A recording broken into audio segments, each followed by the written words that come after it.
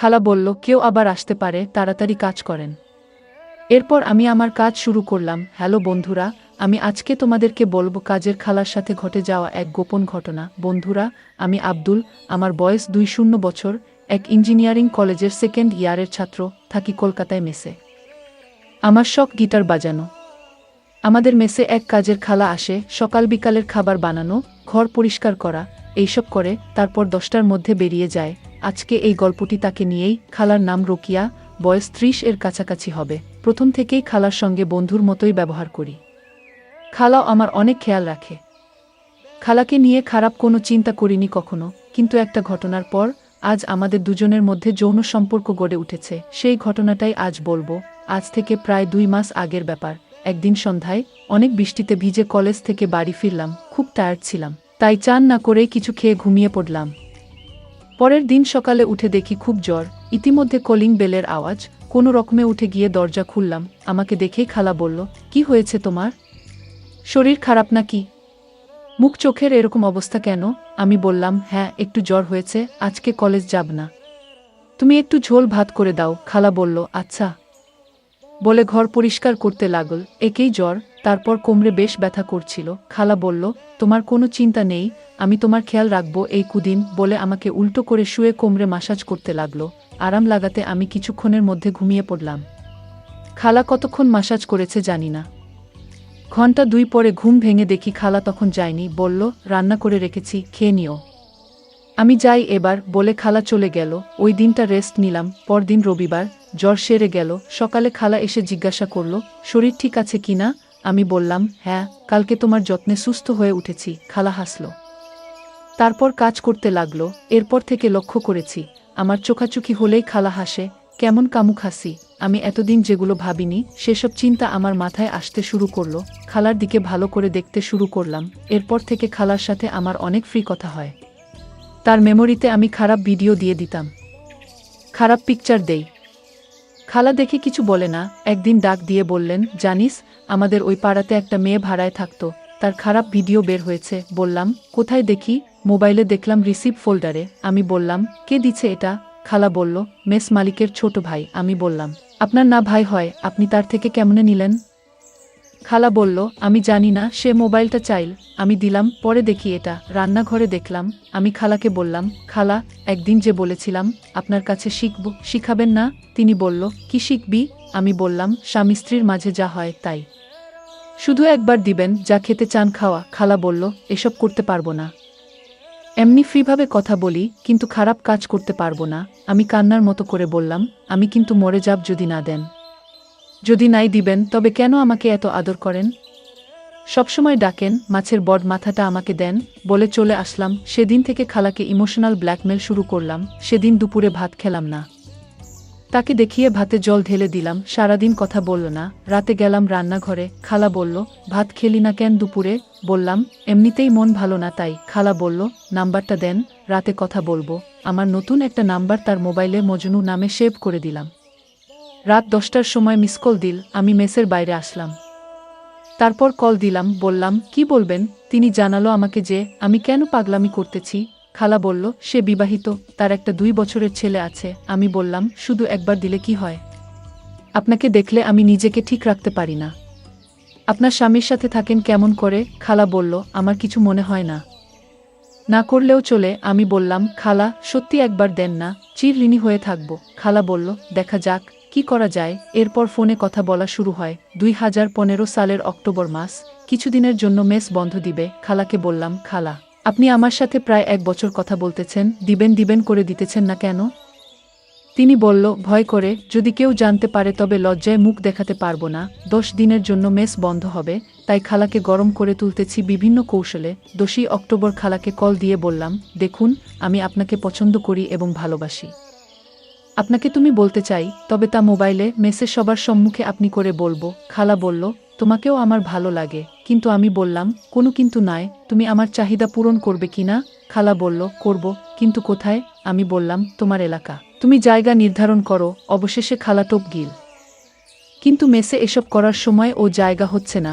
15ই October college মাঠে আওয়ামী লীগের সমাবেশ হবে, এটার সুযোগ নিতে হবে। 14ই অক্টোবর রাতে খাবার পর খালা যখন বাড়ি যাবে তখন আমি রান্নাঘরে আসলাম, দেখি তিনি বাড়ি যাবার জন্য রেডি হচ্ছে, কোনো কথা না বলে চারিদিকে এক নজর দেখে নিলাম।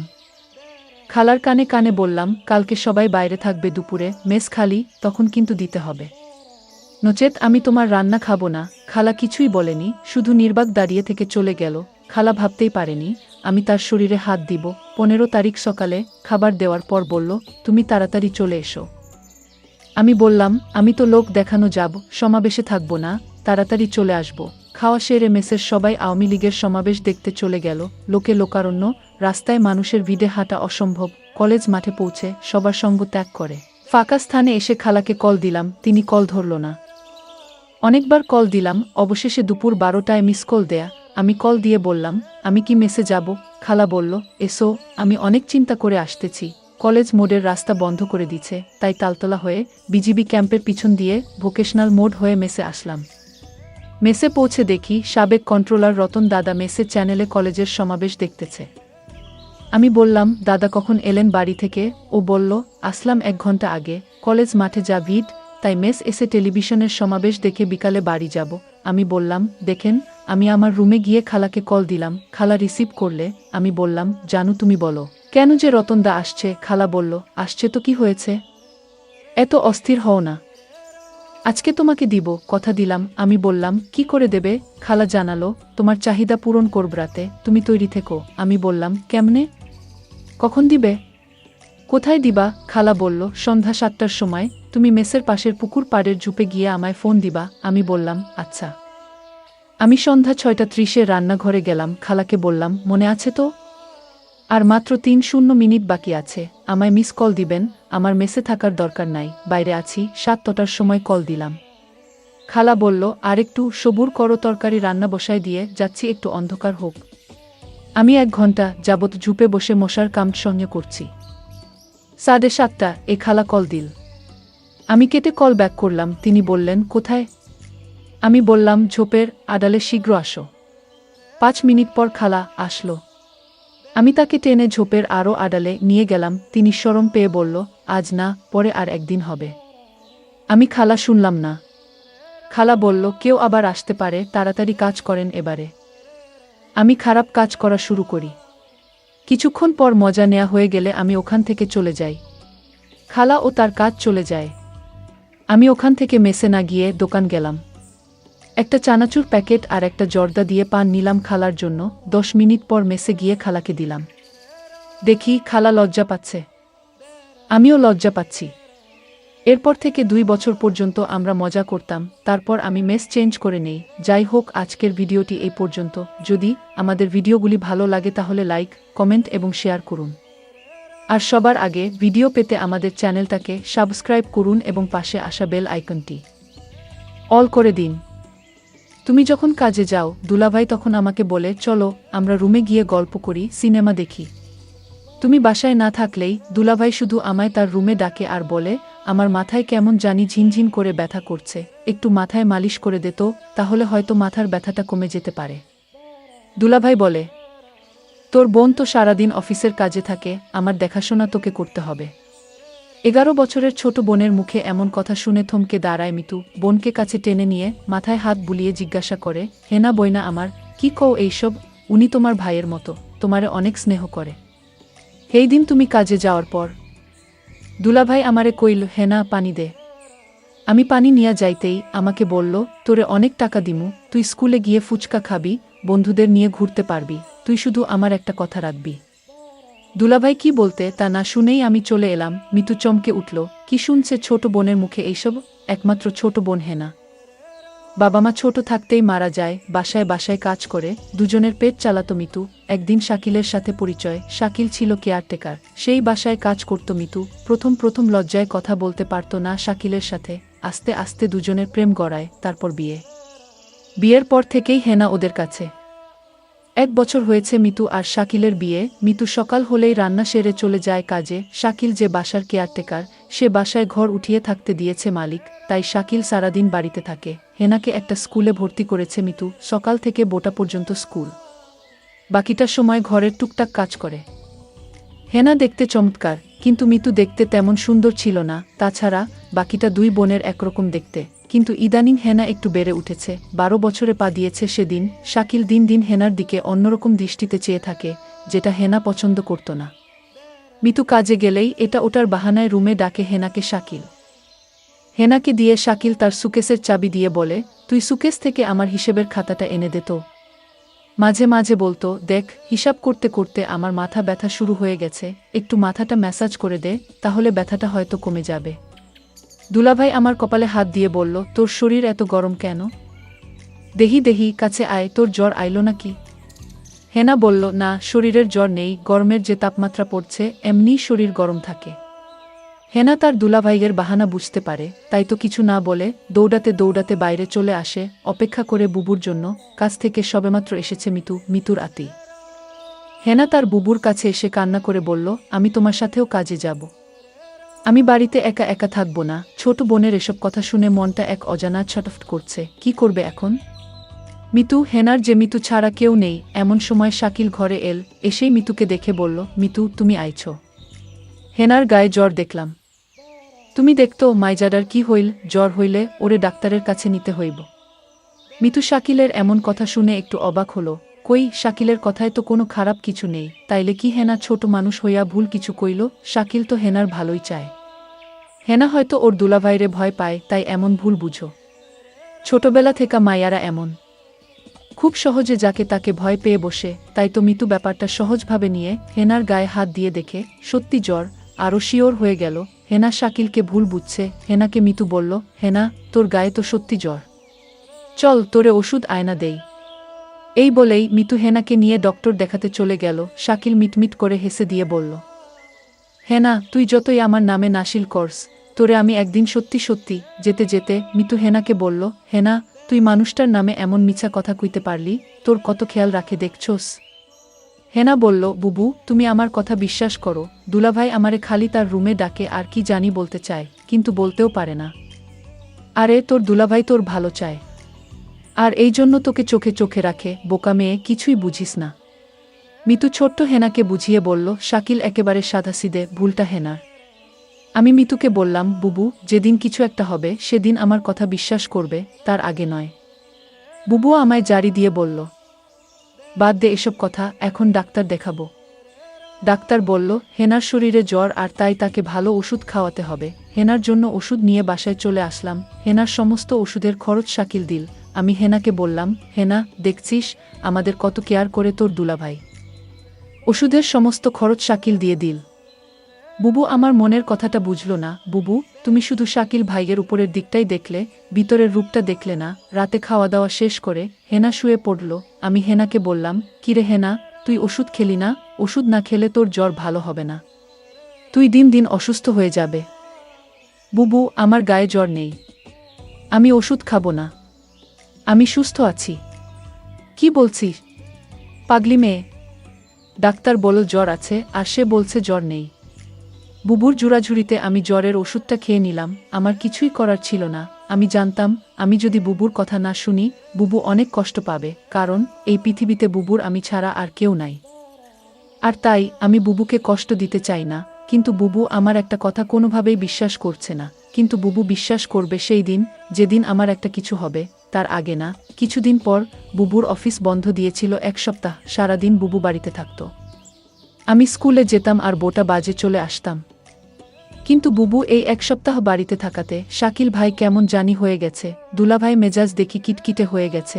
আমার মনে হয় বুবু বাড়িতে থাকায় দুলাভাই এটা কিছুতেই সহ্য করতে পারছে না। পরদিন আমি স্কুল থেকে ফিরলাম, রৌদ্র দিয়ে আসলাম, শরীর গরমে মনে হয় পুড়ে যাচ্ছে।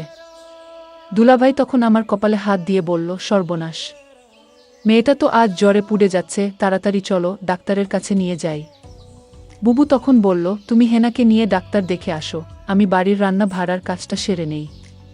হেনা তখন আমায় বলল, বুবু, আমার জ্বর হয়নি, আমি ডাক্তারের কাছে যাব না। বুবু, তুমি কেন বুঝ না আমার কথা? দুলাভাই শুধু অহেতুক ডাক্তারের কাছে আমায় নিয়ে যায়। আমার শরীরে জ্বর নেই বুবু, আমি ডাক্তারের কাছে যাব না।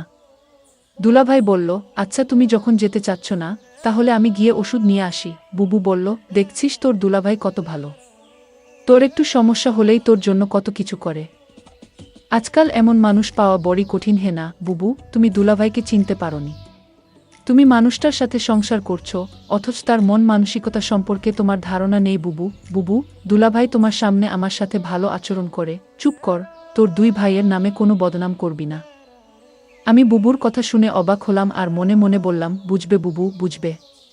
সময় হারিয়ে সবই বুঝবে। আমার কথার কোনো মূল্য তুমি আজ দিচ্ছ না। পরদিন বুবু হঠাৎ অসুস্থ হয়ে পড়ে, বিছানা থেকে উঠতে পারছে না। শরীরের একটু শক্তি নেই।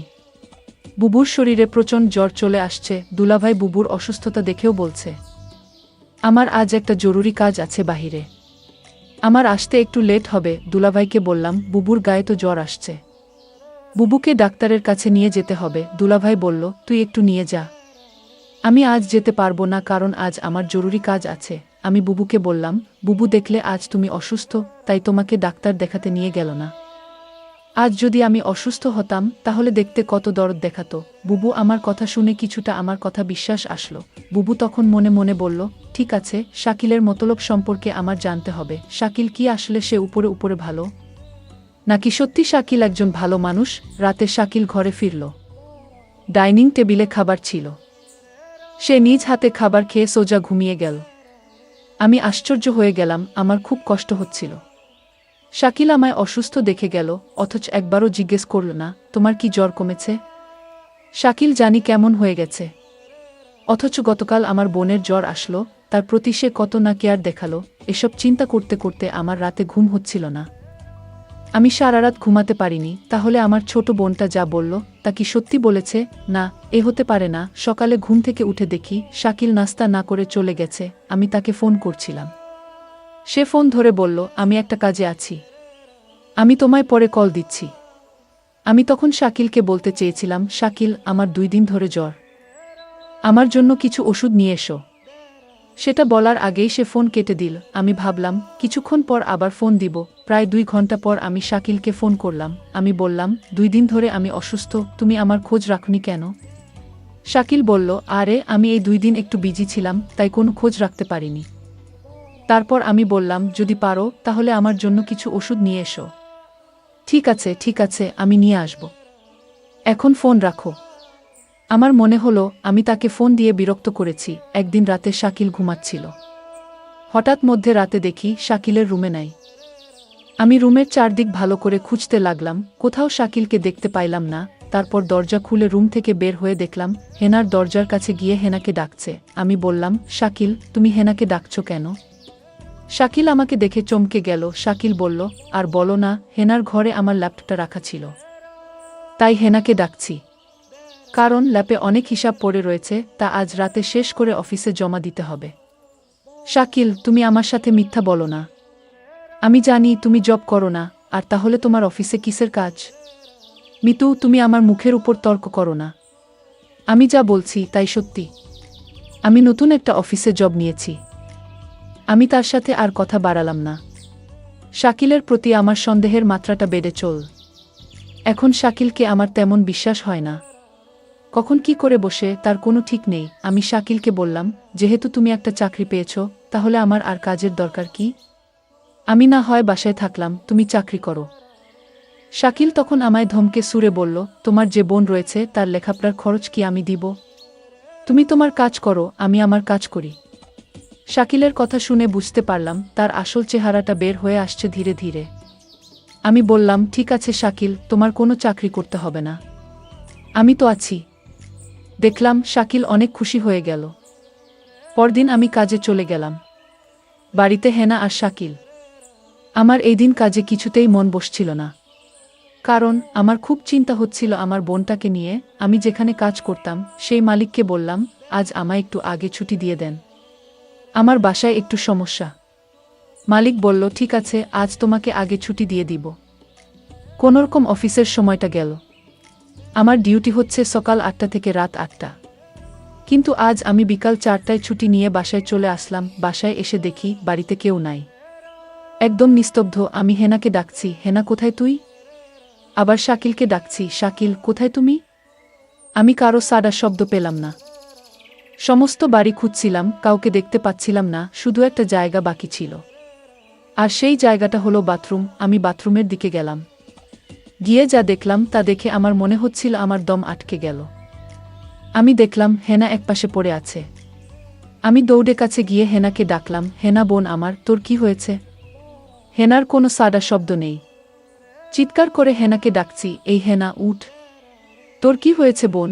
আমি কথা দিচ্ছি, আমি আর কোনোদিন তোরে বাসায় একা রেখে কাজে যাব না। লক্ষ্মী বোন আমার, তুই উঠ। আমার সাথে রাগ করিস না। হেনার মুখ দিয়ে কোনো কথাই বের হচ্ছিল না। একটা সময় বুঝতে পারলাম হেনা আর নেই।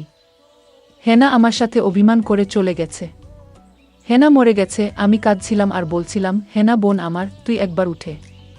এই যে আমি কথা দিচ্ছি, এখনই তোকে নিয়ে অন্য কোথাও চলে যাব। হেনা আমার কথা শুনছিল না। শুনবে কি করে? সে তো মরে গেছে। আমি হেনার হাতে একটা চিঠি দেখতে পেলাম। চিঠিটা তার হাত থেকে নিয়ে খুলে দেখলাম, চিঠিতে লেখা ছিল, বুবু, তুমি আমার কথা বিশ্বাস করছিলে না।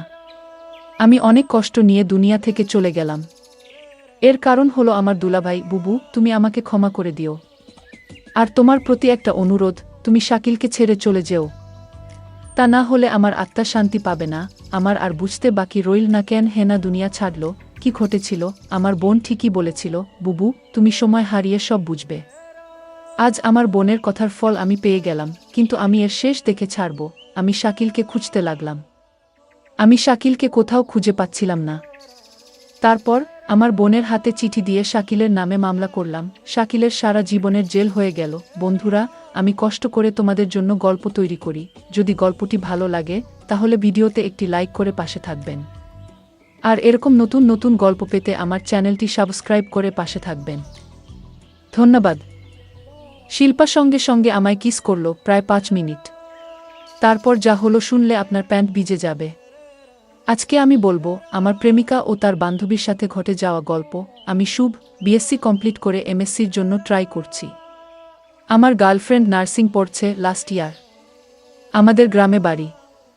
আমার গ্রাম আর আমার গার্লফ্রেন্ডের গ্রাম পাশাপাশি। ওর নাম রিমি। আমাদের ক্লাস 9 থেকে প্রেম। ও খুব সুন্দরী দেখতে। আমাদের মধ্যে কোনোদিন ওই কিস ছাড়া তেমন কিছু হয়নি। আসলে আমার ইচ্ছা ছিল, কিন্তু ও কোনোদিন চাইতো না। সবসময় বলতো বিয়ের পর। এমএসসিতে ভর্তি হওয়ার জন্য খুব চাপে ছিলাম। তাই রিমিকে ঠিকঠাক টাইম দেওয়া হচ্ছিল না। এবার আমিও চাপের বসে এটা বুঝতে পারিনি যে রিমি ও কেমন পাল্টে গেছে। প্রায় 2 মাস পর আমার ভর্তি কমপ্লিট হলো। তারপর আমি রিমিকে আগের মতো টাইম দেয়া শুরু করলাম। কিন্তু ও দেখলাম সবসময় বাহানা দেয়, কথা না বলার। শুধু বলে নাইট ডিউটি আছে, খুব চাপ। তারপর দেখলাম আজকাল নাইট ডিউটি যাওয়ার সময় ও ফোন নিয়ে যাচ্ছে। আসলে রিমি খুবই ডেডিকেটেড মেয়ে, কাজের সময় ডিস্টার্ব পছন্দ করত না। কিন্তু আজকাল ফোন নিয়ে যাচ্ছে। খুব চাপ লাগছিল, কি হচ্ছে। এবার রিমির ফোনের গুগল ফটো সম্বন্ধে আইডিয়া কম ছিল। সেকেন্ড ইয়ারে পড়ার সময় আমি ওর ফোনের গুগল ফটোসে আমার একটা ফেক আইডি দিয়ে রেখেছিলাম। কারণ রিমি কোনো সেক্সি পিক তুললে ও ভাইরাল হবার ভয়ে আমায় পাঠাতো না। ওইসব পিক পাওয়ার জন্য আমি ওই গুগল ফটোসে আমার ফেক আইডি দিয়ে অটো ব্যাকআপ চালু করে রেখেছিলাম। এবার বর্তমান দিনে আসি। আমি যখন দেখলাম রিমির ব্যবহারে কিছু পরিবর্তন আসছে, তখন আমি ওই গুগল ফটোসে আমার ওই ফেক আইডি দিয়ে লগ ইন করলাম। এবার গুগল ফটোসে ডেট অনুযায়ী ফটো দেয়া থাকে। দেখলাম লাস্ট 1 সপ্তাহে রিমি অনেক মেকআপ করে পিক তুলেছে, কিন্তু আমায় তো পাঠায়নি এগুলো। এবং দেখলাম ডিউটি গেছে বেশ সেজে গুজে। এবার এইসবের মাঝে একটা ছেলের ছবি, ডাক্তারের কোট পরে। পিকটা ওপেন করতেই দেখলাম নিচে লেখা আছে টু ক্যাপ্টরেড বাই দাদা সোহেল। প্রথমেই ভাবলাম তার মানে রিমি এই ডাক্তারের সাথে কিছু চালাচ্ছে। তারপর ভাবলাম রিমি ওরকম মেয়ে নয়। আমি ওকে 10 বছর চিনি। কিন্তু মনে সন্দেহ রয়ে গেল। রাতে খেয়ে একটা বিডি নিয়ে রিমিকে কল করলাম। ও ফোন ধরে বলল নাইট ডিউটি চলছে এবং খুব চাপ, বলে ফোন কেটে দিল। আমি বিডি খেয়ে গুগল ফটোস খুলে ওই অ্যাকাউন্টটা চেক করতে শুরু করলাম। দেখলাম একটা নতুন ফটো আপডেটেড হয়েছে। ক্লিক করতেই দেখলাম রিমি ওই ডাক্তার সোহেলকে জড়িয়ে ধরে আছে। ফটোর নিচে ডেট দেয়া আছে গতকাল 4টা। পিকটা দেখেই চোখ থেকে জল বেরিয়ে গেল। ভাবলাম রিমিকে ফোন করে উত্তাল গালাগাল করি। কিন্তু তারপরেই একটা পিক আপডেটেড হলো গুগল ফটোসে আজকের ডেটে। এবং সেই পিকে রিমি হাসপাতালের একটা বেডে শুয়ে আছে আর ডাক্তার সোহেলকে জড়িয়ে ধরে। টাইমটা দেখলাম 10টা। ঘড়ির দিকে তাকালাম, দেখলাম 10টা 5 বাজছে। বুঝলাম রিমি এখন ওই ডাক্তারের সাথে মজা নিচ্ছে। তাই ফোন কেটে দিলাম। তারপর 1 ঘন্টা কোনো আপডেট নেই। 1 ঘন্টা টানা বিড়ি খেয়ে কাটালাম। হঠাৎ রাত 12টার সময় দেখি একটা ভিডিও আপলোড হলো। ভিডিও এসেছে দেখেই আমার মাথা খারাপ হয়ে গেল। ডাউনলোড হতে 5 মিনিট টাইম নিল। তারপর ভিডিওটা চালু করলাম। দেখলাম ভিডিওটা শ্যুট হয়েছে হাসপাতালের বেডের পাশে।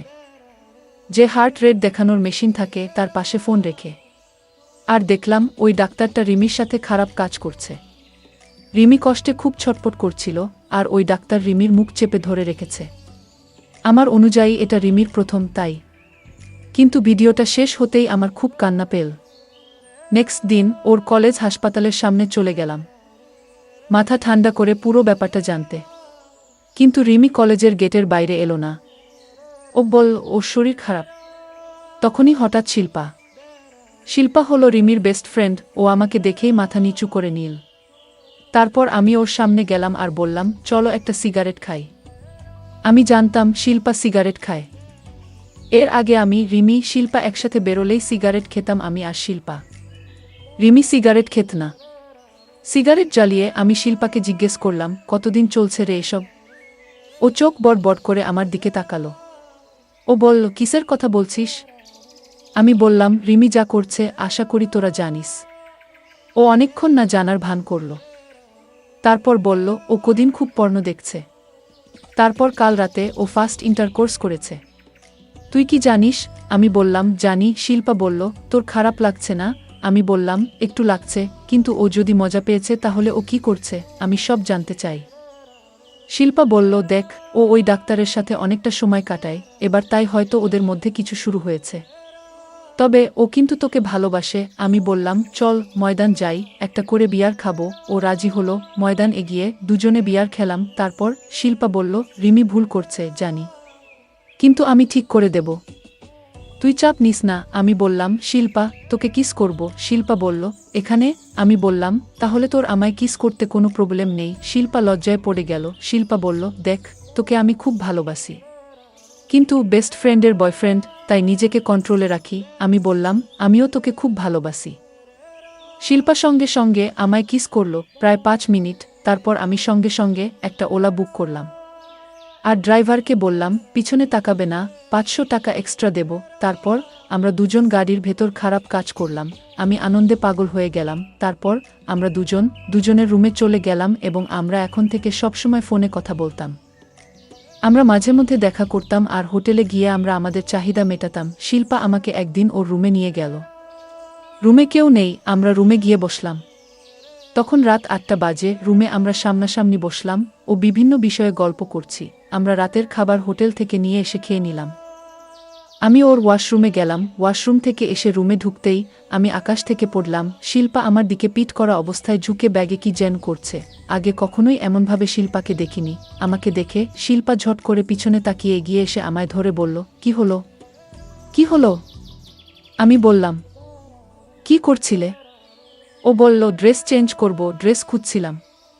তারপর শিল্পা একটা নিয়ে গিয়ে বাথরুমে চেঞ্জ করে ফ্রেশ হয়ে এল। তারপর আমরা সারারাত ধরে দুজনে খুব মজা করলাম এবং সকালে উঠে আমি আমার রুমে চলে গেলাম। এইভাবে আমাদের সম্পর্ক চলতে থাকলো। কিন্তু হঠাৎ একদিন রিমি জানতে পেরে গেল। কিন্তু শিল্পার উপর রাগ করল না। কিছুদিন পর আমার জন্মদিন এলো। আমার মনেও ছিল না সেদিন আবার ছিল বৃহস্পতিবার। শুক্রবার জন্মদিন। ছুটির কিছু সময় আগে হঠাৎ দেখি রিমি একটা মেসেজ করল, জলদি বাসায় এসো। তখন রাত 9টা বাজে। বাসায় পৌঁছে ঢুকতেই দেখি একটা ব্যাগ, একটা চিরকুটো আছে। লেখা আছে, জলদি পরে রুমে এসো। আমি রুমে যেতেই দেখি একটা সুন্দর শার্ট পরে রিমি বসে আছে। আমি বুঝলাম রিমি শিল্পার উপর হিংসা হচ্ছে, তাই মনে প্রাণে আমায় কাবু করতে চাইছে। রিমি একটা টিয়া রঙের ট্রান্সপারেন্ট শাড়ি পরেছে, যার জন্য ওকে আরও সুন্দর লাগছে। আমি বিশ্বাস করতে পারছি না রিমি এখন এত হট হয়ে গেছে। কখনো এইভাবে দেখিনি তো, তাই চোখকে বিশ্বাস হচ্ছে না। আমি বললাম, তোমার সৌন্দর্যরূপকে কেউ হারাতে পারবে না রিমি। কিন্তু হঠাৎ এই পোশাকে কেমন করে? রিমি বলল, থ্যাঙ্কস মাই জান, আর এই পোশাকে তোমার জন্য। সোনা, আজ তোমার জন্মদিনটা আমরা একটু ভিন্নভাবে সেলিব্রেট করব। আগে বল, এই পোশাক তোমার কোনো সমস্যা নেই তো? আমি বললাম, একদমই না রিমি, তোমায় এত হট দেখব কখনো চিন্তা করিনি, খুব ভালো লাগছে। রিমি বলল, তাহলে দাঁড়িয়ে আছো কেন? শুরু করো। আমি একটু অবাক হয়ে বললাম, কি শুরু করব? রিমি বলল, কেন? শিল্পার সাথে যা করতে শিল্পা যেমন খুশি করো, আমাকেও তেমন আজ খুশি করতে হবে। আমি আকাশ থেকে পড়লাম, আমার যে কি আনন্দ হচ্ছে বলে বোঝাতে পারবো না। তারপর আমি আর দেরি না করে আমি ওকে খুশি করার কাজে লেগে পড়লাম। বেশ কিছুক্ষণ মজা করার পর আমরা ক্লান্ত হয়ে যাই এবং ঘুমিয়ে পড়ি। এরপর থেকে আমি দুজনের সাথে মজা করতে থাকি। এইভাবে কাটতে লাগলো দিন। যাই হোক, আজকের ভিডিও এই পর্যন্ত। যদি আমাদের ভিডিওগুলি ভালো লাগে তাহলে লাইক, কমেন্ট এবং শেয়ার করুন। আর সবার আগে ভিডিও পেতে আমাদের চ্যানেলটাকে সাবস্ক্রাইব করুন। সবাইকে ধন্যবাদ। রান্নাঘরে কাজ করছিলাম, হঠাৎ সে এসে পিছন থেকে আলতো করে জড়িয়ে ধরল, হেসে বলল, মাম, রাগ করো না। আজ তোমার জন্য একটা বিশেষ পরিকল্পনা আছে। আজ রাতটা শুধুই আমাদের। রাতে আমি সুন্দর করে সাজগোজ করলাম। শাশুড়ি মাকে ঘুমের ওষুধ দিয়ে ঘুম পাড়িয়ে দিলাম, যেন রাতে কোনো সমস্যা না হয়। ঠিক সময় নাবিলের ঘরে গেলাম। ঘরে ঢুকে অবাক হয়ে দেখি বিছানা জুড়ে ফুলের পাপড়ি ছড়ানো, আর ঘর জুড়ে এক মিষ্টি সুবাস। বিছানায় ফুল দিয়ে দুটি ছোট রাজহাঁসের আকারে সাজানো ছিল, যা দেখে আমার মন ভরে উঠল। ঘরের সেই অপরূপ সাজসজ্জা সত্যিই মন ছুঁয়ে গিয়েছিল। তারপর নাবিল আমকে। আমি 2-5 বছর বয়সী একজন তরুণী। আমি দেখতে অনেক সুন্দর ও আকর্ষণীয় ছিলাম। সবাই আমাকে দেখলে শুধু তাকিয়ে থাকত। কিন্তু এত কিছুর পরেও আমার স্বামী আমাকে তেমন ভালোবাসত না। আমার ভাগ্নে তার ইন্টার্নশিপ শেষ করার জন্য কিছুদিন আমাদের বাড়িতে ছিল। সেই সময়ে আমার আর আমার স্বামীর মধ্যে একটু দূরত্বের আভাস পাচ্ছিলাম। প্রতিদিন রাতে সে তাড়াতাড়ি ঘুমিয়ে পড়ত, আর আমি একা বসে থাকতাম। এক রাতে আমার ভাগ্নে আমাকে একা দেখতে পেয়ে নিজের ঘরে নিয়ে গেল। সে বলল, মাম, প্রতিদিন আপনাকে এভাবে একা দেখতে ভালো লাগে না। আমি চেষ্টা করব যাতে মামার অনুপস্থিতি আপনি অনুভব না করেন। বন্ধুরা, আজকের গল্পটি অনেক বেশি স্পেশাল, তাই কেউ মিস করো না। আর দয়া করে ভিডিওতে একটি লাইক করে দেও। বিয়ের পর আমার স্বামী তার কাজের মধ্যে এতটাই ব্যস্ত হয়ে পড়েছিল যে আমার প্রতি তার মনোযোগ অনেকটাই কমে গিয়েছিল। বাড়িতে আমার শাশুড়িও ছিলেন, যার যত্ন নেওয়ার জন্য আমাকে সারাদিন ব্যস্ত থাকতে হতো। আমাকে ওদের সেবা করতে হতো। ওদের সেবা করতে আমার অসুবিধা হতো না, কিন্তু আমার স্বামী আর আমার মধ্যে দূরত্ব বাড়তে থাকায় আমি মেজাজ হারাতে শুরু করি। শনিবার রাতটা আমার জন্য খুব আনন্দের ছিল, কারণ পরের দিন রবিবার, যেদিন আমার স্বামী আমার সাথে থাকত আর তার অফিসও অফ থাকত। রাতে শোয়ার আগে আমি আমার স্বামী তানভীরকে বললাম, কাল তুমি বাইরে যাবে না, কারণ পুরো দিনটা আমার সাথে থাকবে। আমাদের মাঝে কেউ আসবে না। তখন তানভীর বলল, অনিকা, তোমাকে একটা কথা বলতে ভুলে গেছি। আমার মামা তো বোনের ছেলে নাবিল কাল থেকে কিছু মাসের জন্য আমাদের বাড়িতে থাকতে আসবে। তার ইন্টার্নশিপ আছে, তাই আমাদের সাথেই থাকবে। এই কথা শুনে আমার স্বামীর সাথে সময় কাটানোর স্বপ্ন ভেঙে গেল এবং রাগে ফেটে পড়লাম। তবে যার উপর আমি এত রেগেছিলাম সে আমার জীবনে এক নতুন রং নিয়ে আসবে তা আমি একটুও ভাবিনি। রাতে রাগ নিয়ে ঘুমিয়ে পড়লাম। পরের দিন দুপুরের খাবারের সময় নাবিল আমাদের বাড়িতে এল। আসতেই সে প্রথমে আমার শাশুড়ির পায়ে হাত রাখল, তারপর আমাদের কাছে এল। আমার স্বামী তানভীর বলল, ভাগনাদের কখনোই পায়ে হাত দিতে হয় না, আর নাবিলকে জড়িয়ে ধরল। নাবিল দেখতে বেশ সুন্দর ছিল, গায়ের রং ফর্সা আর সুঠাম চেহারা। আমি তাকিয়ে রইলাম। তার কথাগুলো বেশ ভালো ছিল, আর আসার পর থেকেই হাসিঠাট্টায় মেতে উঠেছিল। এইভাবে আমাদের বাড়িতে তার আসার কয়েকদিন কেটে গেল। সে আসার থেকেই আমার দিকে চেয়ে থাকত, আর অনেক মজার মজার কথা আমার সাথে বলতো। একদিনের কথা, প্রতিদিনের মতোই নাবিল, আমার ভাগনা, তার ইন্টার্নশিপে গিয়েছিল। কিন্তু হঠাৎই সেই দিন প্রবল ঝড় বৃষ্টি শুরু হলো, আর তার জন্য আমার খুবই চিন্তা হচ্ছিল। গত কিছুদিন ধরে সে আমাদের পরিবারের সদস্যের মতোই আমাদের সঙ্গে ছিল। প্রায়ই সে আমার কিচেনে সাহায্য করত। বারবার তাকে ফোন করছিলাম। সাধারণত সে সন্ধ্যা 7টার মধ্যে ফিরে আসত, কিন্তু সেদিন 8টা বেজে গেল, তবুও সে ফেরেনি। আমার স্বামী তানভীর আগেই ফোনে জানিয়েছিল যে বৃষ্টি খুব বেশি, তাই অফিসে কিছুক্ষণ আটকে থাকবে। নাবিলের কথা ভেবে চিন্তায় মন খারাপ হয়ে যাচ্ছিল, কারণ সে মোটরসাইকেলে গিয়েছিল। তার অপেক্ষায় আমি দরজার কাছে দাঁড়িয়েছিলাম। অবশেষে কিছুক্ষণ পর নাবিল, আমার ভাগনা, ভিজে চুপচুপে বাড়ি ফিরল। তাকে দেখে আমি ভেতর থেকে তাড়াতাড়ি একটা তোয়ালে নিয়ে এসে ওর দিকে বাড়িয়ে দিলাম। ও নিজের ঘরে চলে গেল। আর আমি কিচেনে গিয়ে আদা দিয়ে চা বানাতে শুরু করলাম। যখনই আমি কারো জন্য চা বানাই, তখন আমার শাশুড়ির জন্য 1 কাপ চা বানাতে হয়। কারণ উনি চা খুবই পছন্দ করেন। শাশুড়িকে 1 কাপ চা দিয়ে আমি অন্য কাপটি নিয়ে দ্রুত নাবিলের ঘরে গেলাম। তার ঘরে ঢুকতেই দেখি সে তখন তোয়ালে জড়িয়ে ছিল আর কিছুই পরেনি। আর চুলগুলো এখনো ভেজা। তাড়াহুড়ো করে ফিরেছিল বলে সে এখনো কিছুটা ঠান্ডায় ছিল। সে কাঁপছিল। আমি হাতে ধরা চায়ের কাপটা টেবিলে রাখলাম এবং তার চুলগুলো আলতোভাবে মুছে দিতে শুরু করলাম। সেই মুহূর্তে আমরা দুজন খুব কাছাকাছি ছিলাম। আমি যখন একটু দূরে সরে এলাম, তখন তার দৃষ্টি আমার দিকে বেশ গভীরভাবে তাকিয়েছিল। তার চোখে আমি কিছু আলাদা কিছু অনুভব করলাম, একটা আন্তরিক ভালোবাসার ছোঁয়া। আমি তাকে আদা দেওয়া গরম চা খেতে বললাম। তখন হঠাৎ করে সে আমার হাত ধরে আমাকে তার কাছে বসতে বলল। সে বলল, তুমি আমার খুব যত্ন করো, অথচ তুমি তো আমার নিজের মামি নও। আমি হেসে বললাম, আমরা সম্পর্কের সীমাবদ্ধতাকে আলাদা করে দেখি না। তুমি আমাদের নিজের সন্তানের মতোই। আমরা তখন গল্প করতে করতে মগ্ন ছিলাম। হঠাৎ দৌড়বেলটা বাজল। তানভীর বাসায় ফিরল। সে সেই রাতেও প্রতিদিনের মতো গা এলিয়ে ঘুমিয়ে পড়ল। আমাদের বিয়ের পর কয়েক মাস খুব ভালো কেটেছিল। সে অনেক ভালোবাসার কথা বলতো, কিন্তু এখন অফিসের কাজ নিয়ে খুব ব্যস্ত হয়ে পড়েছে। আমি একসময় বিরক্ত হয়ে বেরিয়ে গিয়ে বাইরের ঘরের সোফায় গিয়ে বসে পড়লাম। তখন দেখলাম নাবিল এর ঘরের লাইট জ্বলছে, কিন্তু দরজাটা বন্ধ ছিল, তাই আমি ভেতরে ঢুকতে পারলাম না। আমি গিয়ে বাইরের ঘরের সোফায় বসেছিলাম। কিছুক্ষণ পরে হঠাৎ আমার হাতে কারো স্পর্শ অনুভব করলাম। চমকে উঠে তাকালাম। দেখি নাবিল আমার পাশেই বসে আছে। সে আমার এক কানের হেডফোন খুলে নিজের কানে লাগিয়েছে। প্রতিদিনই সে এমন কিছু করে আমাকে বিশেষ অনুভূতি দেয়, যা আমাকে আমার কলেজ জীবনের কথা মনে করিয়ে দেয়। তারপর সে আমার হাত ধরে আমাকে নিজের ঘরে নিয়ে গেল এবং বলল, মাম, আমি প্রতিদিন রাতে দেখি তুমি এখানে একা বসে থাকো। তোমার আর মামার মধ্যে সব ঠিকঠাক আছে তো? তুমি কি গান শুনে নিজের একাকিত্ব কাটানোর চেষ্টা করছো? নাবিল যেন আমার মনের কথা বুঝে নিয়েছে। আমি তার দিকে তাকিয়ে হালকা হাসলাম। তখন সে আমার হাতটা নিজের হাতে নিয়ে বলল, কিছুক্ষণের জন্য আমাকে তোমার আত্মীয় হিসেবে না দেখে বন্ধুর মতো ভাবো। কারণ আমরা বন্ধুর সঙ্গে যে খোলামেলা কথা বলতে পারি, সেটা হয়তো মামির সঙ্গে সবসময় সম্ভব নয়। আমাকে বন্ধু মনে করে মনের কথা বলো। নাবিলের কথায় আমি অনেকটা ভরসা পেলাম এবং আমি তাকে আমার সব মন খারাপের কথাগুলো খুলে বললাম। আমি বললাম, নাবিল, তুমি যা বললে সব একদম ঠিক।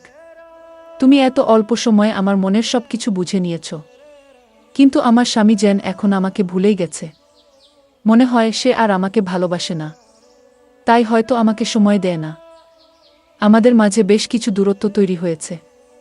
একজন স্ত্রী শুধু ঘরের কাজের জন্য নয়, তারও স্বামীর কাছ থেকে ভালোবাসার প্রত্যাশা থাকে, যেটা তানভীর যেন ভুলেই গেছে। তখন নাবিল বলল, মাম, এত বেশি চিন্তা করো না। মামা নিশ্চয়ই একসময় তোমার ভালোবাসার গুরুত্ব বুঝবে। কিন্তু ততদিন আমি তোমার পাশে আছি। তোমাকে একা অনুভব করতে দেব না। আজ থেকে আমরা বন্ধু। আমি তার বন্ধুত্বের প্রস্তাব আন্তরিকভাবে গ্রহণ করলাম।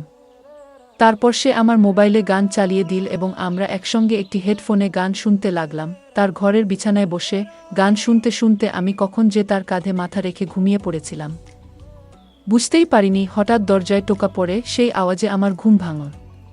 দেখি আমি তার কাঁধে হাত রেখে ঘুমিয়ে আছি তার ঘরে। আমি সঙ্গে সঙ্গে সরে গেলাম। নাবিল দরজা খুলতেই দেখি বাইরে শাশুড়ি মা দাঁড়িয়ে আছে। আমি তৎক্ষণাৎ বাথরুমে লুকিয়ে পড়লাম, যাতে শাশুড়ি মা আমাকে দেখতে না পান। শাশুড়ি মা চলে যাওয়ার পর আমি চুপচাপ নিজের ঘরে ফিরে এলাম। সেই রাতে আমার অনিচ্ছাকৃত উপস্থিতি নাবিলের মনে কিছুটা গভীর ছাপ ফেলেছিল, যদিও আমি তখন এর গুরুত্ব বুঝিনি। পরদিন সকালে আমার স্বামী অফিসে চলে গেল, কিন্তু নাবিল বাড়িতেই ছিল। আমি যখন তাকে তার টিফিন দিলাম, সে বলল, আজ আমার ছুটি। আমি কারণ জানতে চাইলে সে আমার কানে বলল, এই ছুটি শুধু তোমার জন্যই নিয়েছি মাম। বন্ধু হিসেবে আজ সারাদিন তোমার সঙ্গে সময় কাটাবো। সেই দিন নাবিল আমার সঙ্গে সারাদিন কাজের সহযোগিতা করল এবং সন্ধ্যায় বাইরে আমাকে আমার প্রিয় স্থানে নিয়ে গেল। রাতে আমার স্বামী আমাকে জানালো যে সে পরের 1 সপ্তাহের ছুটি নিয়েছে। সে বলল তার কলেজের 2 বন্ধুর বিয়ে রয়েছে এবং একই শহরে এক বন্ধুর বিয়েতে 3 দিন কাটাবে। তানভীর বলল, আমার বন্ধুর বিয়েতে যাচ্ছি এবং কেউ তার স্ত্রীকে নিয়ে যাচ্ছে না, তাই তোমাকেও নিয়ে যেতে পারবো না। তানভীরের এই কথায় আমার মন খারাপ হয়ে গেল, কারণ তার সাথে কিছুটা সময় কাটানোর সুযোগ ছিল। কিন্তু মনে হলো সে আমার অনুভূতির দিকে বিশেষ নজর দেয় না। বিয়ে হয়ে গেলেও যেন সে অবিবাহিতদের মতো জীবন কাটাতে চায়। পরের দিন তার বন্ধুরা তাকে নিতে এল এবং পরবর্তী ৮ দিনের জন্য আমার স্বামী বাড়ি থাকবে না। যাওয়ার আগে সে নাবিলকে বলল, তোমার মামি আর দিদার ভালোভাবে যত্ন নিও। নাবিল সম্মতি দিলেও তার চোখের দৃষ্টি দেখে মনে হলো যেন আমার স্বামী আমার বাড়ির চাবি তুলে দিয়ে যাচ্ছিল এমন একজনকে, যাকে সে পুরোপুরি বিশ্বাস করে না। তানভীরের অনুপস্থিতিতে নাবিল আমার প্রতি যে অনুভূতি তা আস্তে আস্তে প্রকাশিত হতে শুরু করেছিল, যদিও আমি তা বুঝতে পারিনি। আমার স্বামী চলে যাওয়ার পর আমি বিশ্রাম নেওয়ার জন্য নিজের ঘরে চলে গেলাম। কিছুক্ষণ পর আমি চাদর গায়ে মুড়িয়ে শুয়েছিলাম। তখনই নাবিল আমার ঘরে এল। সে এসে দরজা বন্ধ করল এবং আমার পাশে বসে বলল, অনিকা মাম, ঘুমিয়ে পড়েছ নাকি? তোমার জন্য একটা বিশেষ চমক আছে। এই বলে সে মৃদু হেসে আমাকে জানালো যে সঠিক সময়ে সে তার ছুটি নিয়েছে, যেন আমার সঙ্গে কিছুটা আনন্দের সাথে সময় কাটাতে পারে। নাবিল বলল, আমি তোমার জন্য বিশেষ কিছু পরিকল্পনা করেছি। তাড়াতাড়ি তৈরি হয়ে নাও, আমাদের বাইরে যেতে হবে। আমি বারবার জিজ্ঞেস করছিলাম, আমরা কোথায় যাচ্ছি? কিন্তু সে কিছুতেই বলছিল না। শুধু বলল, দিদাকে বলে দাও যে তুমি বন্ধুদের সাথে একটি অনুষ্ঠানে যাচ্ছ। সন্ধ্যার আগেই ফিরে আসবে। বাইরে বৃষ্টি পড়ছিল, তাই সে আমাকে তার সাথে নিয়ে যেতে চাইল। শাশুড়ি মা আমাকে যেতে অনুমতি দিলেন, কিন্তু আমিও জানতাম না ঠিক কোনো অনুষ্ঠানে যাচ্ছি। আমি অনেক সুন্দর করে একটু সেজেছিলাম। আমার সাজ দেখে নাবিল অবাক হয়ে তাকিয়ে থাকলো আর বলল, মাম, আজকে তো আপনাকে অনেক সুন্দর আর আকর্ষণীয় লাগছে। নাবিল আমাকে তার বাইকে নিয়ে বেরিয়ে পড়ল। পথের মাঝে একটি শহরের সাইনবোর্ড দেখে আমি বললাম, তুমি কি আমাকে এই শহরে নিয়ে যাচ্ছ? কথাটা শোনা মাত্রই সে বাইক থামিয়ে সাইডে নিয়ে ব্রেক চাপল, আর আমি তার উপর পড়ে গেলাম। পড়ে যাওয়ার ভয়ে আমি শক্ত করে তাকে ধরলাম। বাইকে আমি তার অনেক কাছাকাছি বসেছিলাম। বাইক থামানোর পর নাবিল হেসে বলল, মাম, তুমি বেশ চালাক। ঠিকই ধরেছ। আজ তোমাকে শহরে নিয়ে যাচ্ছি একদিনের জন্য। ঘরে বসে থাকতে থাকতে তোমার মনটা ভার হয়ে গেছে, তাই কিছুটা তাজা হাওয়া দরকার। তাই তোমাকে এখানে নিয়ে এসেছি। কয়েক ঘন্টার মধ্যেই আমরা শহরে পৌঁছালাম। সেখানে আমি অনেক আনন্দ করলাম। আমরা বিভিন্ন জায়গায় একসাথে ঘুরলাম। কিছু মুহূর্ত এমন এল যখন অজান্তেই আমরা আরও কাছে চলে এলাম। আমি অজান্তেই নাবিলের হাত ধরে ফেলেছিলাম। হয়তো অনেকেই আমাদের দেখে ভুল করে কাপড় মনে করছিল। আমরা ভাবলাম নাবিল তোর স্বামী। কিছু বান্ধবী নাবিলের আশেপাশে জড় হয়ে তার সঙ্গে কথা বলতে লাগল। নাবিলও কথাবার্তায় বেশ পটু ছিল। ঠিক তখন আমার এক ঘনিষ্ঠ বান্ধবী আমার কাছে এসে তার সমস্যার কথা বলল। সে বলল, আজকাল আমার স্বামী আমার প্রতি আগের মতো মনোযোগ দেয় না। যদি সে আমার ভালোবাসাকে বুঝত। আমার বান্ধবী বলল, তোমার কদর করে না, তার জন্য কষ্ট পাওয়ার কি দরকার? আমি নিজের জন্য একজন সঙ্গী খুঁজে নিয়েছি, নাবিলের মতোই একজন, যে তারুণ্যে ভরা এবং সুদর্শন। কয়েক মাস ধরে তোমার সোশ্যাল মিডিয়ায় কোনো নতুন ছবি দেখিনি। হয়তো তুমিও বিবাহিত জীবনে একটু একঘেয়েমি অনুভব করছো। যখন তোমার সামনে আরও আনন্দের সম্ভাবনা রয়েছে, তখন কেন পুরনো চিন্তায় পড়ে আছো? তোমার স্বামী যদি তোমার যত্ন না নেয়, তাহলে নাবিলের মতো কারো সাথে জীবনে নতুন সুখ খুঁজে নিতে পারো। আমি লক্ষ্য করেছি যে নাবিল তোমার প্রতি খুব আন্তরিক। চারপাশে অন্য সবার মাঝে থেকেও তার দৃষ্টি কেবল তোমার দিকেই ছিল। তাহলে আর দেরি কিসের? আমার বান্ধবীর এই কথাগুলো আমাকে ভাবিয়ে তুলল। রাতে আমি নাবিলকে আমার ঘরে ডেকে নিলাম। সে আসার পর আমি নিজেকে একটু বিশেষভাবে প্রস্তুত করেছিলাম, যেন বিয়ের প্রথম রাতের মতো। আমাকে এভাবে সাজানো অবস্থায় দেখে সে কিছুটা অপ্রস্তুত হয়ে মাথা নিচু করে ঘর থেকে বেরিয়ে যেতে চাইল। আমি তার হাত ধরে তাকে থামিয়ে দিলাম। তাকে বললাম, নাবিল, আর এই লুকোচুরি বন্ধ করো। আমি জানি তুমি কি অনুভব করছো, তাই আর মিথ্যা ভান করো না। আমি জানি তুমি আমাকে অনেক ভালোবাসো, তাই আর এইসব কথা লুকাতে হবে না। আমি এখন সব বুঝতে পেরেছি। সে বলছিল, মামি, তুমি তো আগে থেকে সাজগোজ করে বসে আছো। আমি ভাবছিলাম তোমায় আমি অনেক সুন্দর করে আগে সাজিয়ে দিব। নাবিল বলেছিল, জীবনের ছোট ছোট মুহূর্তগুলোতে আনন্দ খুঁজে নেওয়া খুবই গুরুত্বপূর্ণ, তাই আমি দ্রুত পোশাক পরে ফিরে আসি। আর নাবিল আমাকে আলতোভাবে কাছে টেনে নিয়ে কথায় মেতে ওঠে। আমি বুঝতে পারছিলাম আমাদের কথাগুলো ধীরে ধীরে ভালোবাসার সুরে রঙিন হয়ে উঠছে। ঠিক তখনই শাশুড়ি মা ডেকে পাঠালেন তার হাঁটুতে তেল মাখানোর জন্য। আমাকে যেতে হলো, যদিও মন ছিল না। প্রায় ২ মিনিট ধরে তার পায়ে তেল মালিশ করতে হলো। তারপর যখন নিজের ঘরে ফিরলাম, দেখি নাবিল নেই। তার ঘরে গিয়ে দেখি সে ঘুমিয়ে পড়েছে। পরের দিন সকালে আমি একটু অভিমানী দৃষ্টিতে নাবিলের দিকে তাকালাম। রান্নাঘরে কাজ করতে করতে সে পিছন থেকে এসে আমাকে জড়িয়ে ধরল। হাসি মুখে বলল, মাম, রাগ করো না। আজ তোমার জন্য একটি বিশেষ চমক রেখেছি। আজ রাতটা শুধু আমাদের হবে। রাতে আমি ভালোভাবে সাজগোজ করলাম। শাশুড়ি মাকে ঘুমের ওষুধ খাইয়ে দিলাম, যাতে তিনি রাতে ডিস্টার্ব না করেন। নির্ধারিত সময়ে নাবিলের ঘরে গেলাম। ঘরে ঢুকে অবাক হয়ে দেখি বিছানায় ফুলের পাপড়ি ছড়ানো আর সুন্দর সুবাসে ঘর ভরে আছে। দুটি ছোট রাজহাঁস আকারে সাজানো ছিল এবং তার এই ব্যবস্থাপনা সত্যিই আমাকে মুগ্ধ করেছিল। এরপর কিভাবে নাবিল আমাকে আরও খুশি করবে, তার জন্য আমি অধীর আগ্রহে অপেক্ষা করছিলাম। ঘরের সাজসজ্জা দেখে সত্যিই মুগ্ধ হয়েছিলাম, কিন্তু কোথাও নাবিলকে দেখতে পাচ্ছিলাম না। এমনকি বাথরুমেও খুঁজে দেখলাম, কিন্তু সেখানেও সে নেই। তার ফোনেও যোগাযোগ করা সম্ভব হলো না। তখন মনে হলো হয়তো সে মজার ছলে আমাকে বিরক্ত করেছে। ধীরে ধীরে আমার মেজাজ খারাপ হতে লাগল। তখন হঠাৎ আমার নজর পড়ল তার বিছানার উপরে থাকা একটি চিঠিতে। ভেবেছিলাম হয়তো এটা কোনো বিশেষ চমক হবে, কিন্তু চিঠি খুলে পড়ার পর আমার সমস্ত আশা এক মুহূর্তে ভেঙে গেল। নাবিল সেই চিঠিতে লিখেছিল, মাম, আসলে আমি আপনার কোনো আত্মীয় নই। আমার মামা মামি অন্য একটি শহরে থাকেন। এই শহরে দুটি এলাকার নাম প্রায় এক, এবং আমি ভুলবশত আপনার বাড়িতে চলে এসেছিলাম। কাকতালীয়ভাবে আপনার আসল ভাগ্নেও সেই সময় আসার কথা ছিল। আমি আসার পর আপনি আমাকে নাবিল বলে ডাকতে শুরু করলেন। আর আমার মামা মামিও আদর করে আমাকে এই নামেই ডাকতেন। আমার মামা মামির চেহারা কখনো দেখিনি, তাই আপনাকেই আমার নিজের মনে করেছিলাম। কিছুদিন পর আমার মায়ের মেসেজ পেলাম, যেখানে তিনি জানালেন আমার আসল মামা মামি কয়েকদিনের জন্য গ্রামে গেছেন। মা আমাকে মামার ছবি পাঠানোর পর আমি বুঝতে পারলাম যে আপনি আমার আত্মীয় নন, তবে মাম, আপনি সবসময় আমার জন্য অনেক যত্ন নিয়েছেন। আমি জানতাম আপনার বিবাহিত জীবনে কিছু অসন্তোষ আছে, কিন্তু এই বিষয়ে মামার সাথে কথা বলতে পারিনি। তাই আমি ভেবেছিলাম কিছু সময়ের জন্য আপনাকে খুশি করার চেষ্টা করব। আমার উদ্দেশ্য শুধুমাত্র আপনাকে একটু ভালো রাখা, এবং কোনো ভুল কিছু করার প্রশ্নই ওঠে না, কারণ আমি সবসময় আপনাকে আমার মামি মনে করেছি। যতটা সম্ভব আমি আপনাকে খুশি করার চেষ্টা করেছি। এবার আমাকে ক্ষমা করবেন, কারণ আমি কোনো অনুচিত কিছু করতে পারবো না। আপনি যে ভালোবাসা আমার মধ্যে খুঁজছিলেন সেটি আপনার স্বামীর মধ্যে খুঁজে দেখার চেষ্টা করুন। যেমনভাবে আপনি আমার সঙ্গে আপনার মন খুলে কথা বলেছেন, তেমনি একবার মামার সাথেও খোলামেলা কথা বলুন। আমি নিশ্চিত তিনি আপনার ভালোবাসাকে বোঝার চেষ্টা করবেন। নাবিলের এই চিঠি পড়ে বুঝলাম সে আমাদের ভাগনা ছিল না। আমি এসব ভাবছিলাম, ঠিক তখনই আমার স্বামীর ফোন এলো। তানভীর খুব ভীত হয়ে বলল, অনিকা, আজ রাতে মাকে তোমার ঘরে নিজের কাছে রেখো। দুজনে ঘরের দরজা বন্ধ রেখো।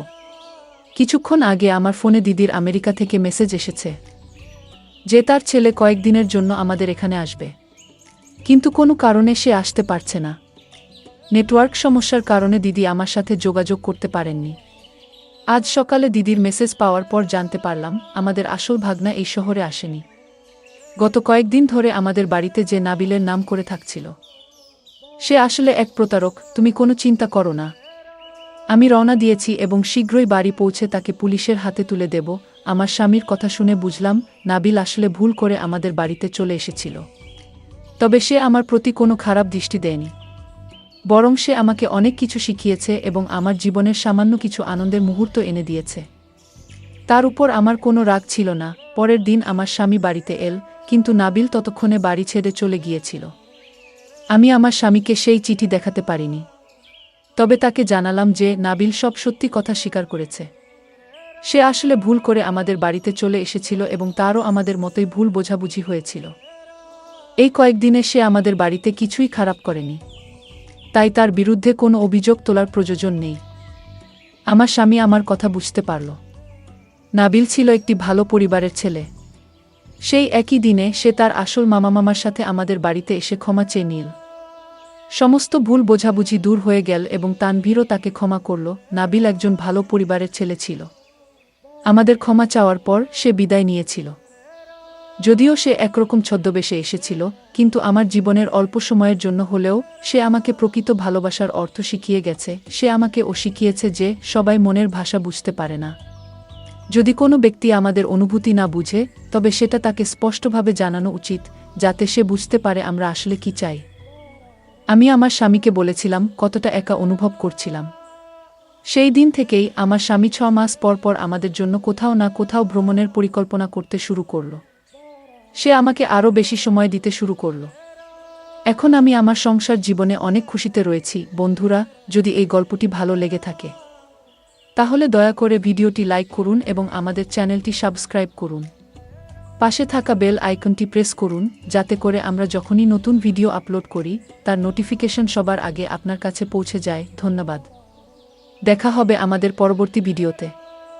সে আমার উপর ঝাঁপিয়ে পড়ল সারা রাত ধরে। সে আমার সাথে তার ঘৃণার খেলা খেল। সকাল হলে আমি ক্লান্ত ও বিধ্বস্ত ছিলাম। সে বলল, তোমাকে তোমার বাড়িতে ফিরিয়ে দেব, কিন্তু মনে রেখো গত রাতের সব কিছু ভিডিও করা হয়েছে। আমার বিরুদ্ধে যাবার চেষ্টা করো না। যৌবনে পা দিয়েই একদিন হঠাৎ করেই আমার জীবনে এমন কিছু ঘটল যা আমি কল্পনাও করতে পারিনি। একটি রহস্যময় ছেলে, খুব সুন্দর চেহারার, আমাকে তার সঙ্গে নিয়ে গেল। প্রথমে আমি ভয় পেয়েছিলাম, কিন্তু কিছুক্ষণ পর সে আমার হাত পা বেঁধে বলল, আজ থেকে তুমি আমার। আমার শরীর কাঁপছিল ভয়ে, কিন্তু সে আমাকে ধীরে ধীরে আলিঙ্গন করল। এরপর আমি যেন সমস্ত সংবেদনশীলতা হারিয়ে ফেললাম। তবে তার চোখে ছিল এক ধরনের অদ্ভুত নরম ভাব যা আমাকে খানিকটা আশ্বস্ত করেছিল। সে বলল, ভয় পেও না, আমি তোমাকে কোনো ক্ষতি করব না। আমি শুধু চাই তুমি আমার সাথে থাকো সবসময়। তার কণ্ঠে ছিল এক ধরনের নিষ্ঠুরতা, আবার সেই সঙ্গে গভীর ভালোবাসা। আমার গল্পগুলো তোমরা শোনো, কিন্তু সাবস্ক্রাইব করো না। দয়া করে গল্পগুলো ভালো লাগলে ভিডিওটি লাইক, শেয়ার এবং চ্যানেলটি সাবস্ক্রাইব করো প্লিজ। আমার নাম সোনালি। বয়স কম, কিন্তু আমার মন খুবই কৌতূহলী। যখনই কোনো ছেলে আমার দিকে তাকায় আমি মিষ্টি হাসি দিয়ে তাকে অভ্যর্থনা জানাই। বন্ধুরা আমাকে বারবার সতর্ক করেছিল যে এমন আচরণে একদিন আমি সমস্যায় পড়তে পারি, কিন্তু আমি কোনো কথাই শুনতাম না। আমি সবার সাথে মজা করতাম, হাসতাম এবং ছেলেদের সঙ্গে খোলামেলা কথা বলতাম। এমনকি যারা একটু বিপদগামী তারাও আমার কাছে এসে কথা বলতে চাইত।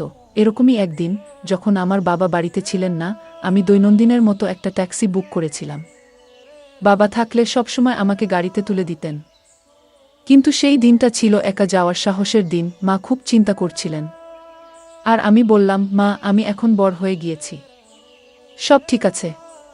আমি ভেতরে ভেতরে বেশ আত্মবিশ্বাসী ছিলাম। ক্যাব এলে আমি ব্যাগ নিয়ে সামনের সিটে বসলাম। চালককে দেখে একটু অস্বস্তি লাগছিল। সে আমার পায়ের দিকে তাকাচ্ছিল। আমি তাকে দ্রুত কলেজে পৌঁছাতে বললাম এবং ভয়ে ব্যাগ থেকে বই বের করলাম। কিন্তু তারপর যা ঘটল তা ছিল আমার কল্পনার বাইরে। চালক হঠাৎ একটি নির্জন রাস্তা ধরে যেতে লাগল। আমি অবাক হয়ে বললাম, এটা কোনো রাস্তা? আপনি তো ভুল পথে যাচ্ছেন। সে মুচকি হেসে বলল, একটু শর্টকাট নিচ্ছি মিস, চিন্তা করবেন না।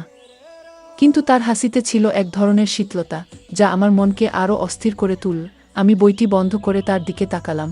আমি এই রাস্তা চিনি না বলেই আমি ফোন বের করে বাবাকে কল করতে চাইলাম, কিন্তু ঠিক তখনই সে ফোনটি আমার হাত থেকে কেড়ে নিল। আমার হাত পা ঠান্ডা হয়ে গেল। ভয়ে, চুপ করে বসে থাকো, সে গম্ভীর স্বরে বলল। এরপর আমি প্রচণ্ড ভয়ে জড় হয়ে গাড়ির সিটে বসে রইলাম। সেই মুহূর্তে মনে হলো আমার বন্ধুরা ঠিকই বলেছিল। আমি তাদের কথাকে গুরুত্ব দেইনি, কিন্তু এখন বুঝতে পারছি কি বড় ভুল করেছি। কিছুক্ষণ পর সে একটি পরিত্যক্ত বাড়ির সামনে গাড়ি থামাল। আমার বুক ধকধক করছিল। চালক দরজা খুললে আমাকে জোরপূর্বক টেনে নামাল। আমি চিৎকার করার চেষ্টা করলাম, কিন্তু কেউ শুনতে পেল না। আজ থেকে তুমি আমার, সে বলল। ঠিক তখনই হঠাৎ করে সেই রহস্যময় ছেলেটি হাজির হলো। আমি চিনতে পারলাম এটা সেই ছেলেটি যে একদিন আমার দিকে তাকিয়েছিল, আর আমি তাকে মিষ্টি হাসি দিয়েছিলাম। সে চালককে দূরে সরিয়ে দিল এবং আমার হাত ধরে বলল, চলো, এখানে তোমার কোনো বিপদ হবে না। সে আমাকে নিয়ে তার গাড়িতে উঠালো এবং দ্রুত সেই জায়গা থেকে বেরিয়ে এল। আমি অবাক হয়ে জিজ্ঞাসা করলাম, তুমি কে? সে মৃদু হেসে বলল, তুমি এখন আমার সঙ্গে নিরাপদে আছো, এটুকুই জানো। কিছুক্ষণ পর আমি বুঝতে পারলাম এই ছেলেটার সাথেও আসা আমার ঠিক হয়নি। সে আমাকে একটা ফার্ম হাউসে নিয়ে গেল। আমি জিজ্ঞেস করলাম, এখানে কেন এনেছো? আমার তো কলেজে যাওয়ার কথা। সে বলল, এটাই তোমার গন্তব্য। আমি অবাক হয়ে বললাম, তুমি কি আমাকে কিডন্যাপ করেছ? আমি বাচ্চা নই। আর তুমি আমাকে কেন কিডন্যাপ করছো? এই জন্য তুমি আমাকে এখান থেকে বাঁচিয়ে নিজের ফাঁদে আমাকে ফেলছ? আমি তোমাকে ছাড়ব না। আমাকে যেতে দেওয়ায় এতেই তোমার ভালো হবে। প্রতিদিন আমি তোমাকে দেখি ছেলেদের সাথে মজা করে কথা বলতে। তুমি কি ভেবেছ তাদের মন কেমন থাকে? আমি অনেক দিন ধরেই তোমাকে পেতে চেয়েছিলাম, কিন্তু তুমি সবসময় বাবার সাথে কলেজে যেত। আমার অনেক রাগ হয়েছিল। একদিন ধাক্কা দিয়ে দূরে সরিয়ে যেতে চেষ্টা করছিলাম, কিন্তু সে আমার হাত ধরে টেনে বলল, এখান থেকে পালানোর উপায় নেই। তুমি জানো না আমি কে, আর আমি কি করতে পারি? আমি তোমাকে না যেতে দিলে তুমি এখান থেকে জীবনও নিয়ে যেতে পারবে না, তাই চুপ করে থাকো। আমি বললাম, দেখো, আমাকে যেতে দাও। সে বলল, তুমি তোমার যৌবন আমার কাছে থাকবে। আমি ভীত হয়ে বললাম, আমরা বন্ধু হতে পারি। তাহলে তুমি আমাকে ছেড়ে দেবে? সে হেসে বলল, আমি যে কারণে তোমাকে নিয়ে এসেছি তা না করে কিভাবে তোমাকে ছেড়ে দেব? আমার রাগ বাড়ছিল। আমি বললাম, আমাকে রাগাবে না। আমি এমন কিছু করব যা তুমি কল্পনাও করতে পারবে না। তাই ভালো চাও, আমাকে যেতে দাও। সে আমার উপর ঝাঁপিয়ে পড়ল। আমি তার ঘাড়ে কামড় দিলাম, কিন্তু সে আমার হাত ধরে রাখল। আমি ছেলেদের দেখে হাসি, তাই বলে আমি কাউকে আমার কাছে আসতে দিতাম না। কথা বলা আর স্পর্শ করা সম্পূর্ণ ভিন্ন। আজ আমি তাকে এটা বোঝাবো, সে আমাকে চুম্বন করতে চায়। আমি তাকে বাধা দিলাম, মুখ এদিক ওদিক ঘুরালাম যেন তা দিতে না পারে, কিন্তু সে আমার হাত সরিয়ে আমাকে ছোঁয়ার চেষ্টা করছিল। সে ঘুরে এসে তার শক্তি প্রদর্শন করল এবং আমার পায়ের কাছে এসে ঘৃণার খেলা দেখাতে শুরু করল। আমার শরীরে বিদ্যুতের মতো একটা শিহরণ ছুটে গেল। আমার প্রতিবাদ করার কথা ছিল, কিন্তু জানি না কেন আমি তার প্রতিবাদ করিনি। এক মুহূর্তের জন্য আমি সব ভুলে গেলাম। চিৎকার করার কথাও মনে ছিল না। এক অদ্ভুত অনুভূতি আমাকে গ্রাস করল, যা ছেলেটিও বুঝে গেছিল। আমি হাল ছেড়ে দিলাম। চোখে অশ্রু ঝরতে লাগল। সে অবাক হয়ে আমার দিকে তাকালো। যখন আমি তার হাতটা ধরলাম, আমি চুপ ছিলাম।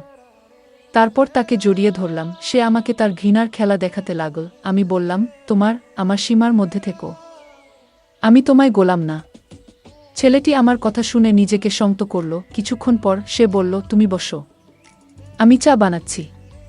সে চা নিয়ে এলো।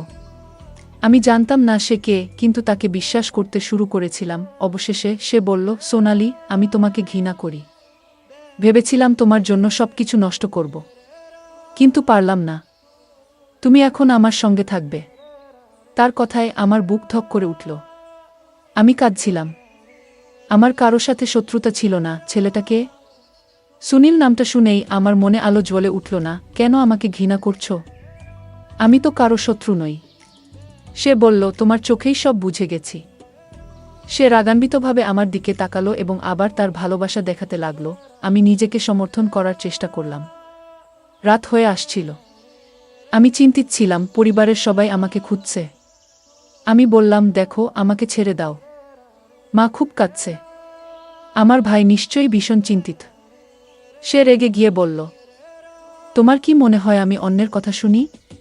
আমি বললাম, আমাকে সব বলো, হয়তো আমি সাহায্য করতে পারি। সে বলল, তোমার শরীরেও যে নোংরা রক্ত প্রবাহিত হচ্ছে। আমাকে রাগিও না, নয়তো তোমার সম্মান নষ্ট করে দেব।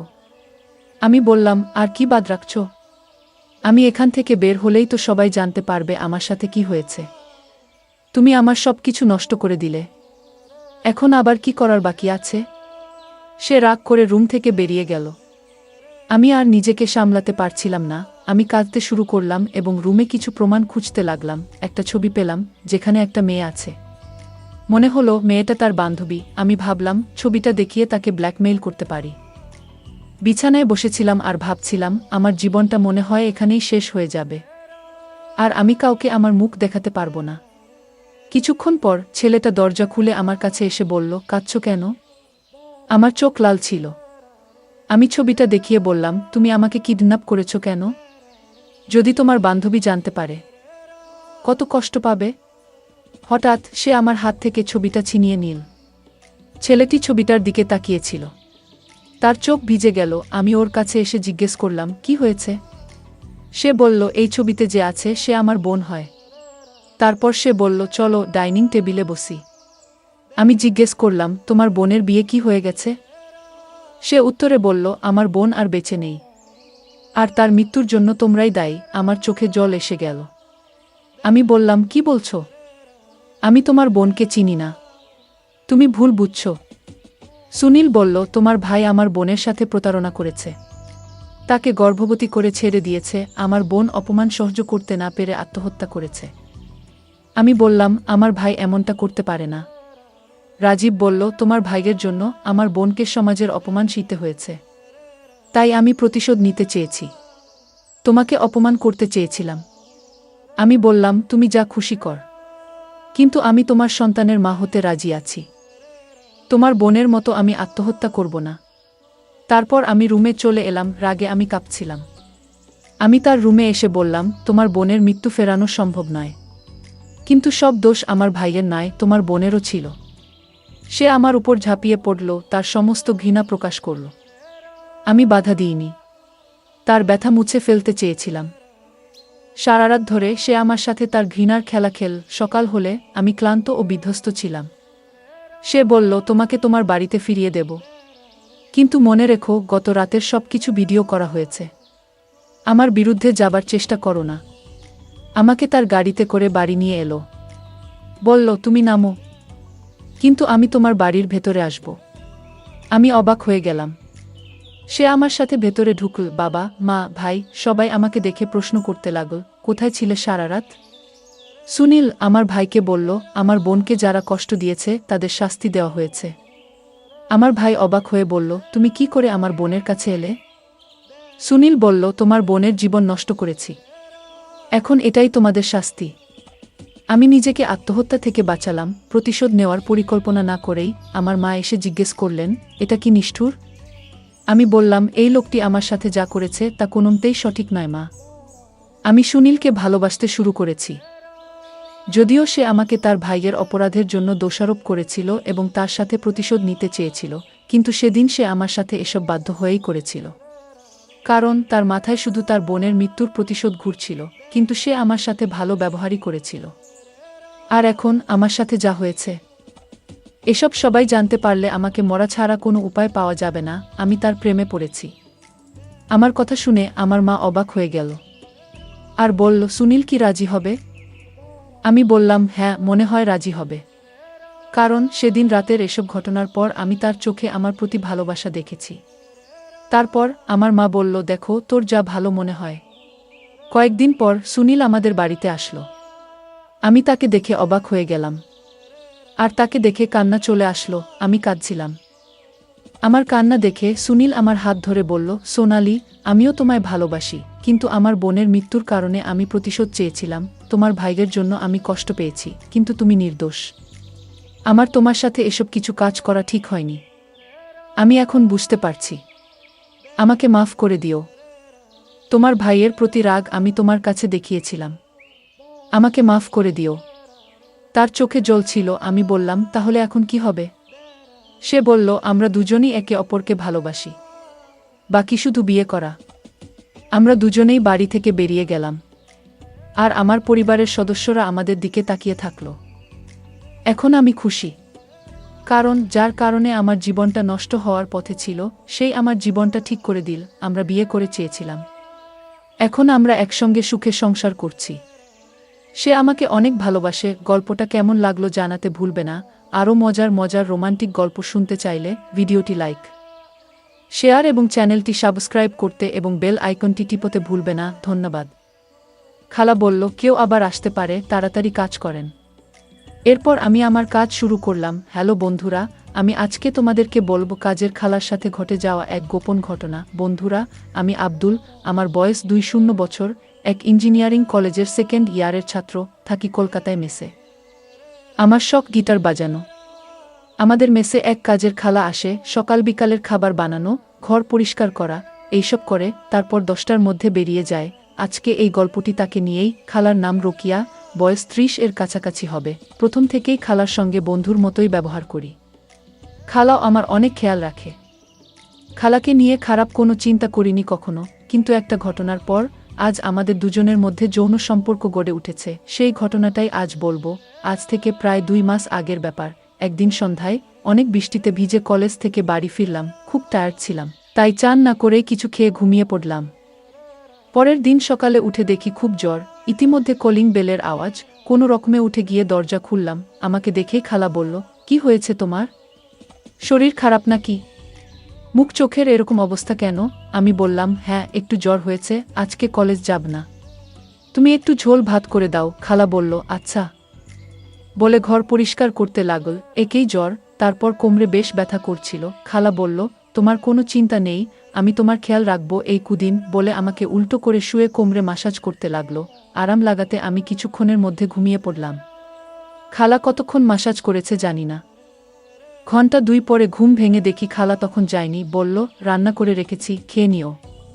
আমি যাই এবার, বলে খালা চলে গেল। ওই দিনটা রেস্ট নিলাম। পরদিন রবিবার, জ্বর সেরে গেল। সকালে খালা এসে জিজ্ঞাসা করল, শরীর ঠিক আছে কিনা? আমি বললাম, হ্যাঁ, কালকে তোমার যত্নে সুস্থ হয়ে উঠেছি। খালা হাসল। তারপর কাজ করতে লাগল। এরপর থেকে লক্ষ্য করেছি, আমার চোখাচোখি হলেই খালা হাসে, কেমন কামুক হাসি। আমি এতদিন যেগুলো ভাবিনি, সেসব চিন্তা আমার মাথায় আসতে শুরু করল। খালার দিকে ভালো করে দেখতে শুরু করলাম। এরপর থেকে খালার সাথে আমার অনেক ফ্রি কথা হয়।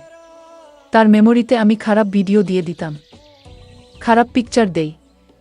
খালা দেখে কিছু বলে না। একদিন ডাক দিয়ে বললেন, জানিস, আমাদের ওই পাড়াতে একটা মেয়ে ভাড়ায় থাকতো, তার খারাপ ভিডিও বের হয়েছে। বললাম, কোথায় দেখি?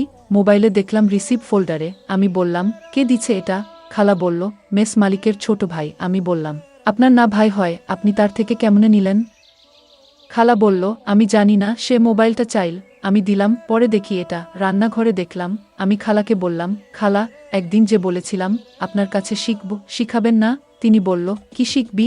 আমি বললাম, স্বামী স্ত্রীর মাঝে যা হয় তাই। শুধু একবার দিবেন, যা খেতে চান খাওয়া। খালা বলল, এসব করতে পারবো না। এমনি ফ্রিভাবে কথা বলি, কিন্তু খারাপ কাজ করতে পারবো না। আমি কান্নার মতো করে বললাম, আমি কিন্তু মরে যাব যদি না দেন।